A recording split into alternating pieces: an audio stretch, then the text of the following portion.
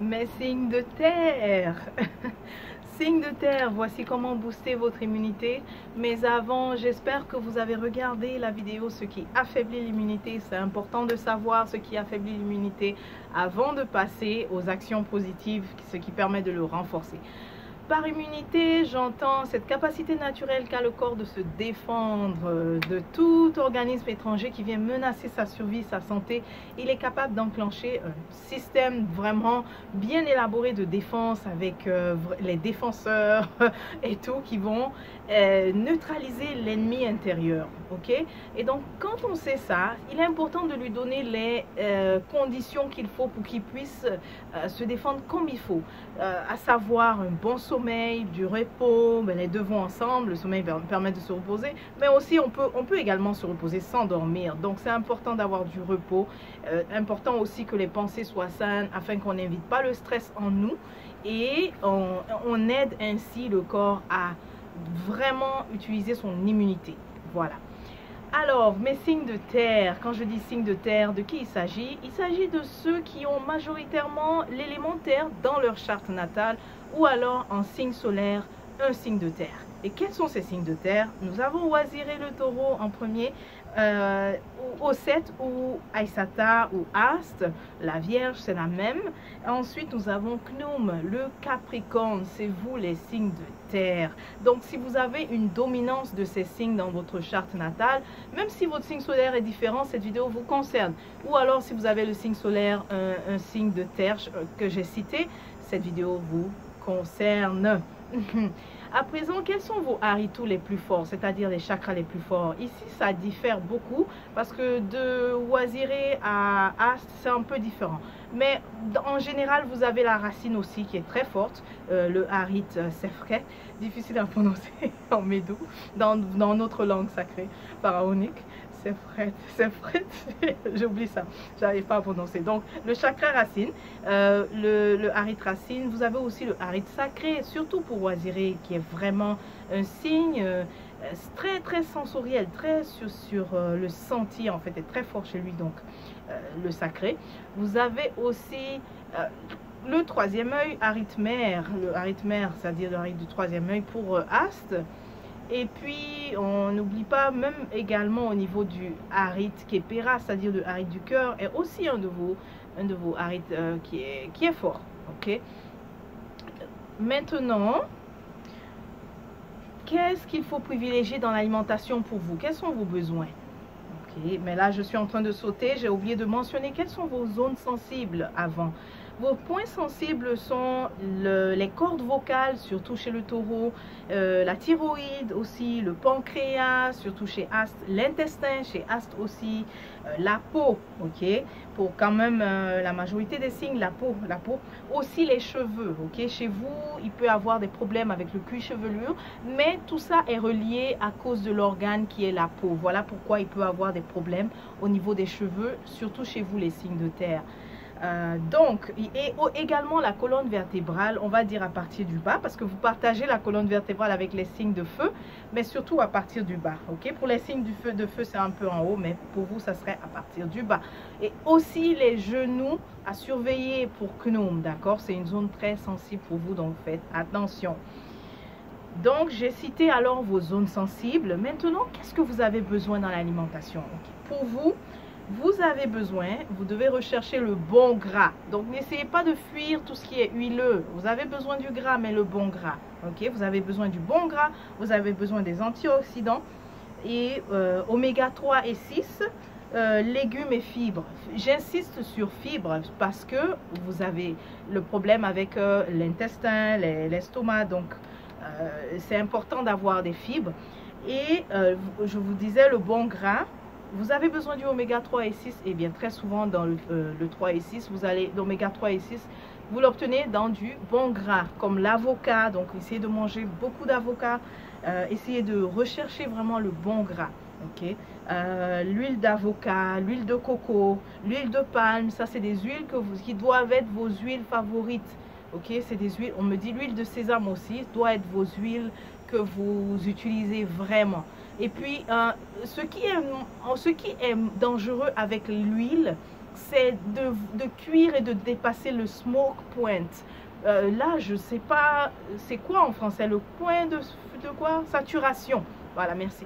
Donc, vraiment, c'est important ici avec l'huile de ne vraiment pas la cuire et de dépasser ce point de saturation. Il faut simplement soit même prendre l'huile comme ça, sans cuisson, ou alors si vous devez intégrer l'huile dans la cuisson, vous savez quoi, il y a une méthode, vous pouvez le faire rajouter à la fin carrément, surtout l'huile de palme, on n'a pas besoin vraiment de le cuire tant, ok? Donc si vous faites une excellente sauce feuille là, très bonne sauce feuille, ajoutez l'huile de palme à la toute fin et vous allez voir, une fois que ça fond, c'est bon, c'est prêt en fait. Essayez pas de cuire et que ça fume, et là c'est vraiment pas bon pour la santé, vraiment. Donc c'est ça le problème avec l'huile. Mais si vous arrivez à les consommer vierges, vraiment c'est excellent, surtout l'huile de coco, d'accord? Donc c'est important, c'est important.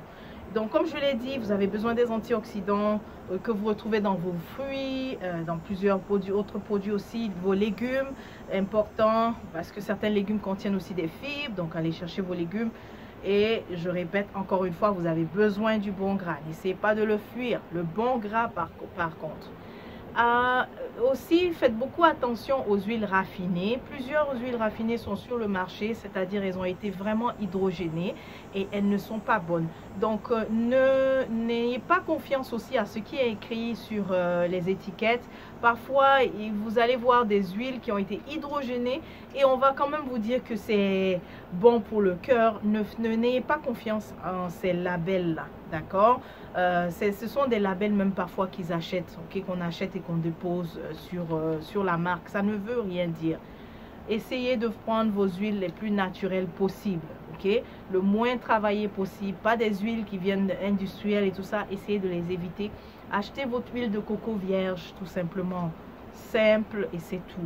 Le plus naturel possible, c'est ce que vous avez besoin, d'accord?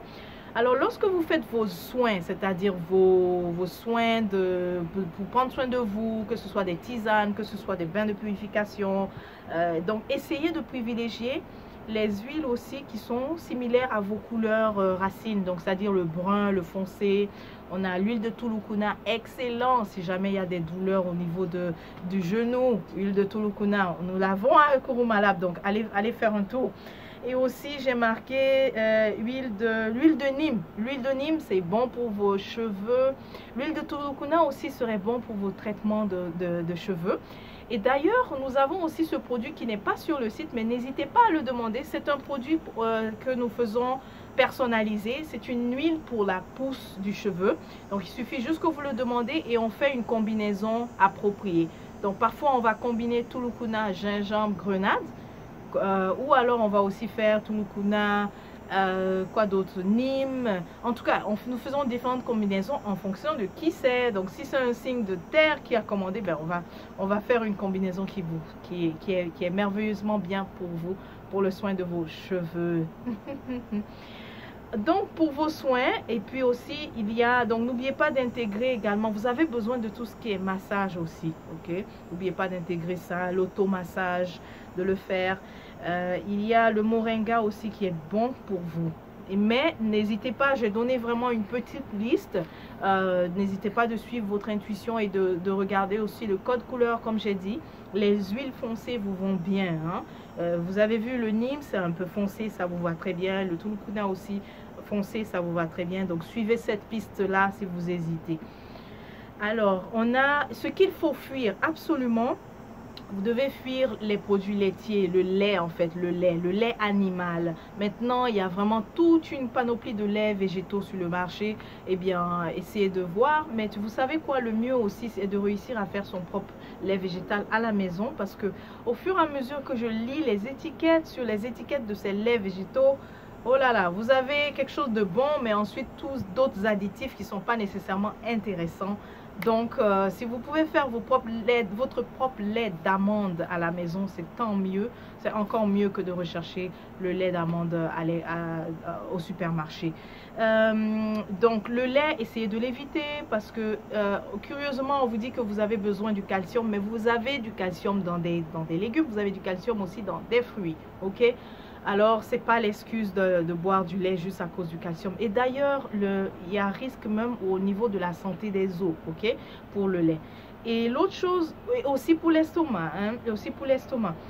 L'autre chose qu'il faut fuir, c'est le gluten.